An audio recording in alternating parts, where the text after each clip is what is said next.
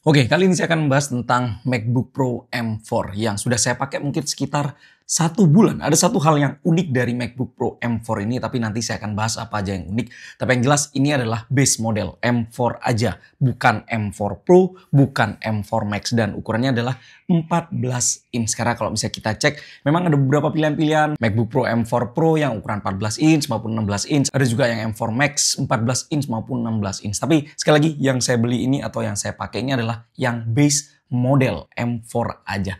Tapi kenapa saya menggunakan laptop ini? Karena saya lihat ada beberapa peningkatan yang menurut saya masuk akal untuk kita membeli sebuah laptop yang ukurannya portable tapi juga powerful. Laptop ini sudah ditenagai dengan Apple M4 dengan 10 core CPU maupun 10 core GPU. Itu sudah ada peningkatan 2 core dibandingkan dengan MacBook Pro M3 aja. Karena M4 ini dia punya 10 core CPU, sedangkan M3 itu 8 core CPU. Dan penambahannya itu ada pada efisiensi core-nya. Lalu kemudian yang M4 ini RAM-nya juga sudah 16 GB dibandingkan dengan M3 yang cuma 8 GB. Dan storage yang ada di laptop ini adalah 1 TB karena saya rasa itu adalah titik di mana pas banget buat saya sebagai tukang review gadget yang biasanya ngedit pakai laptop. Dan di kotanya sendiri juga simple ya.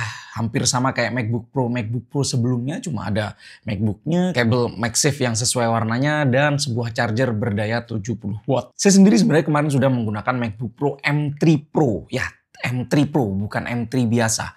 Dan kalau boleh dibilang itu sepertinya kemunduran ya dari saya yang biasanya menggunakan Pro version jadi M4 biasa. Tapi ternyata setelah saya gunakan selama 1 bulan, nggak kayak gitu. Bahkan saya gunakan untuk ngerender video, itu jauh lebih cepat pada M4 ini dibandingkan dengan M3 Pro. Kok bisa? Ya sebenarnya masuk akal aja, karena kalau misalnya saya lihat dari synthetic benchmark, M4 ini itu beberapa hal lebih unggul dibandingkan dengan M3 Pro. Paling mudah saya cek itu kalau misalnya saya gunakan tes synthetic benchmark Geekbench 6 ya. Single core-nya M4 ini adalah 3828 dan multi core score-nya itu 15022.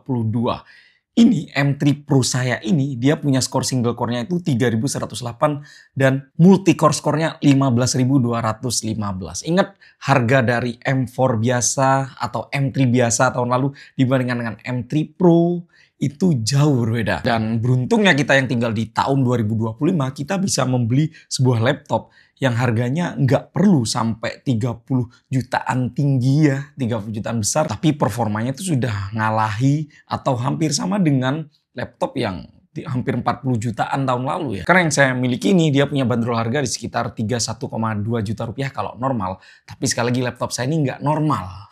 Karena dia sudah menggunakan layar nano texture. Nanti saya akan bahas, dan harganya sendiri itu sekitar 34 juta rupiah kalau misalnya dirupiahkan, karena saya cek di harganya itu di Apple Store Singapura. Kalau misalnya nano texture untuk spesifikasi yang seperti saya punya ya sekitar 2.719 atau sekali lagi 34 juta rupiah. Lalu untuk Geekbench 6 metal skornya itu adalah 57.830.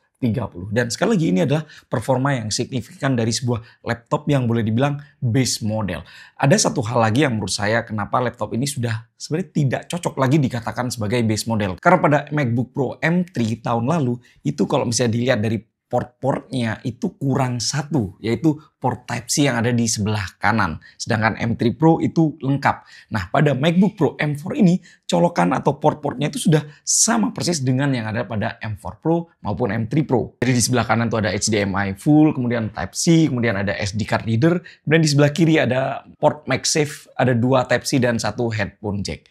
Itu sekali lagi udah sama persis dengan M3 Pro yang saya miliki ini. Hal lain-lain yang saya ingin bahas dari laptop ini adalah banyak hal masih memiliki kesamaan dibandingkan dengan M3 maupun M3 Pro. Seperti pada layarnya sendiri, dia berukuran 14,2 inch, mini LED backlit display. Apple menyebutnya sebagai Retina XDR display yang menawarkan 1600 nits peak HDR brightness dan bisa sampai 1000 nits. Tapi yang baru dari laptop ini adalah kamera depannya atau kameranya dia sudah support center stage. Itu artinya ya sudah ini ala-ala iPad, ala-ala yang sebenarnya bukan teknologi baru banget ya. Cuma ini baru kali ini aja dimasukkan ke sebuah MacBook. Itu artinya dia bisa ngefokusin diri kita atau ngikutin diri kita kemanapun, dimanapun posisi kita pada saat kita video call, maupun FaceTime, maupun Zoom meeting atau Google Meeting, ataupun ya video-video conference lainnya lah. Dari hasil riset saya sendiri juga bahwa ternyata MacBook Pro M4 ini dia menggunakan daya lebih banyak dibandingkan dengan M3 biasa. Tapi yang saya rasakan ternyata karena daya tahan baterai dari laptop ini juga masih juara, masih mantep banget walaupun dia menggunakan daya yang lebih banyak. Yang menurut saya itu adalah efek dari ada 2 core core tambahan pada MacBook Pro M4 ini. Untuk dari sisi bobot masih sama 1,55 kg, dan kalau misalnya digabungkan dengan kepala chargernya yang sebenarnya nggak terlalu besar ya untuk 70 watt, itu ya sekitar 1,6 kiloan. Jadi kalau misalnya kalian ngerasa butuh sebuah laptop portable tapi powerful, ini masih portable menurut saya, walaupun beratnya tuh 1,5 ya, nggak yang 1 kiloan, nggak kayak yang MacBook Air atau Asus ZenBook A14 yang enteng banget, nggak sampai 1 kilogram ya, karena bahannya berbeda ya. Ini kerasa lebih rigid, ini nanti saya akan review lagi. Hal yang saya suka dari MacBook Pro adalah dia sudah menggunakan macOS Sequoia. Ada beberapa fitur yang saya manfaatin banget, yaitu iPhone mirroring. Jadi saya bisa menggunakan iPhone ini, tapi nggak pegang iPhone, tapi pakai mirroring langsung ke laptop saya. Dan itu bener-bener mirroring, enaknya juga bisa drag and drop dari ataupun ke iPhone, itu bisa banget ya. Jadi kalau misalnya kita berada di Apple ecosystem tuh enak banget. Ada juga universal clipboard juga. Kalau misalnya kita copy dari handphone, paste di laptop ataupun sebaliknya, itu bisa banget. Dan macOS Sequoia juga sudah support Apple Intelligence. Tapi saya tidak terlalu memaksimalkan Apple Intelligence karena kurang oke lah menurut saya. Masih lebih enakan ChatGPT Plus atau Gemini Advance. Lebih kerasa lokalnya dan lebih kerasa enak bisa dipakai ke kehidupan saya sehari-hari sih. Mungkin perbedaan kalau bisa dibandingkan dengan M4 Pro adalah port-portnya yang sudah support Thunderbolt 5. Sedangkan ini masih Thunderbolt 4, but it's okay man, nggak apa-apa lah. Oke, seperti yang saya bilang tadi bahwa laptop saya ini agak berbeda karena dia memiliki layar nano texture. Tapi sebagai informasi aja, saya harus ngasih tahu ini karena banyak orang salah kaprah bahwa nano texture itu seperti layar dari sebuah MacBook kita pasangi pelindung layar matte. Kayak gitu. Sebenarnya bukan banget. Itu beda banget kalau misalnya kita punya iPad, kemudian kita pasangin Paperlike, kan akhirnya kayak matte-matte gitu ya. Salah. Kalau misalnya saya cek dari website artthings.com ya, di situ dijelaskan secara teknis seperti apa. Unlike most non-glossy display, Apple Nano Texture isn't coating, but rather an etching at the nanometer level.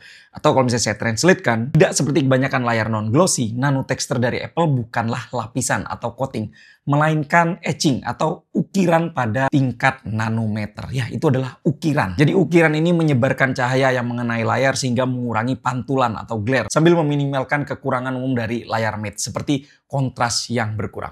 Pada saat saya belum menggunakan laptop ini, mindset saya sama kayak teman-teman semua yang nonton video ini.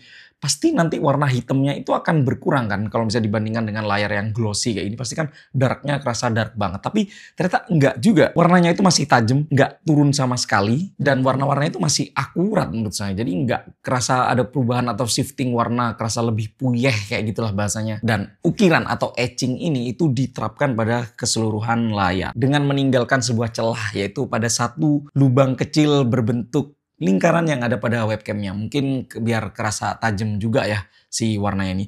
Jadi kalau misalnya saya sarankan, kalau misalnya kita atau kalian semua ada yang menggunakan nano texture, ya jangan dipasangin pelindung layar lagi karena ini sudah oke. Sebagai bentuk ekstra tambahan atau proteksi, Apple itu sudah menyertakan cloth fiber yang ada pada kotak pembeliannya, dan itu bisa kalian maksimalkan. Kalau misalnya ada noda, smudges, minyak atau apapun, ya tinggal saya lap aja dan langsung kerasa bersih. Ya, seperti itu adalah experience saya menggunakan MacBook Pro M4 Nano Texture yang saya nggak yakin ini bisa dijual resmi beredar di Indonesia atau kalian bisa beli langsung di iBox maupun di Gmap. Karena saya sendiri juga ini dapatnya dari luar, otomatis saya punya kebebasan untuk memilih layar seperti apa, dan sebagai kesimpulan saya ngerasa puas banget. Sempat berpikiran negatif tentang nano texture ini sama kayak layar matte biasa, tapi ternyata setelah saya gunakan 1 bulan, saya salah. Well, itulah dia video kali ini. Terima kasih sudah menyaksikan sampai selesai video kali ini. Jadi gimana menurut kalian semua tentang MacBook Pro M4 Nano Texture yang saya gunakan ini? Silahkan tulis di area komen di bawah. Sekali, terima kasih. Saya Bro Kumar pamit. Sampai jumpa di video selanjutnya. Bye-bye.